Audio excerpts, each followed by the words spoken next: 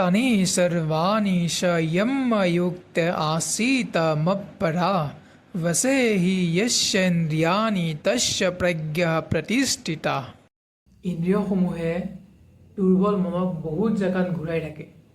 আমি আৰু যদিহে কোনোবা ব্যক্তিয়ে বা কোনোবা যোগীয়ে নিজৰ মনক স্থিৰ কৰিব পৰা হৈ যায় বা স্থিৰ কৰিব জানে, তেতিয়াহ'লে এই শক্তিশালী ইন্দ্ৰিয়বোৰ নিজে নিজে কণ্ট্ৰলত আহি যায়।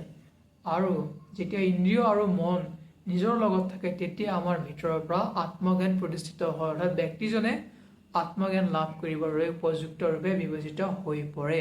আৰু ভগৱান শ্ৰীকৃষ্ণই কৈছে যে যাৰ আত্মজ্ঞান লাভ কৰিব ইচ্ছা আছে তেখেতসকলে নিজৰ মনক যিটো স্থিৰ কৰাৰ বিধি, সেই বিধিসমূহ জানিব লাগে। আৰু যেতিয়া মন স্থিৰ হয় তেতিয়া আত্মজ্ঞান আমাৰ ভিতৰৰ পৰাই নিজে নিজে উন্মোচিত হয়, অৰ্থাৎ নিজে নিজে আহে, বাহিৰৰ পৰা নাহে, বস্তুটো ভিতৰৰ পৰা আহে, এইটো জ্ঞান নিজৰ হয়। আৰু যদিহে তোমাৰ মনটো কণ্ট্ৰলত থাকে তেতিয়া তোমাৰ কৰিব নোৱাৰা কাম একো নাই পৃথিৱীত, কাৰণ ব্ৰহ্মাণ্ডৰ সকলোতকৈ শক্তিশালী বস্তুটো হৈছে নিজৰ মনটোক কণ্ট্ৰল কৰা। আৰু যোনে নিজৰ মনটোকে কণ্ট্ৰল কৰিব পাৰিছে তেওঁ যি ইচ্ছা যি কাম যি ইচ্ছা কৰে সকলো কৰিব পৰা হৈ যায়। জয় শ্ৰীকৃষ্ণ।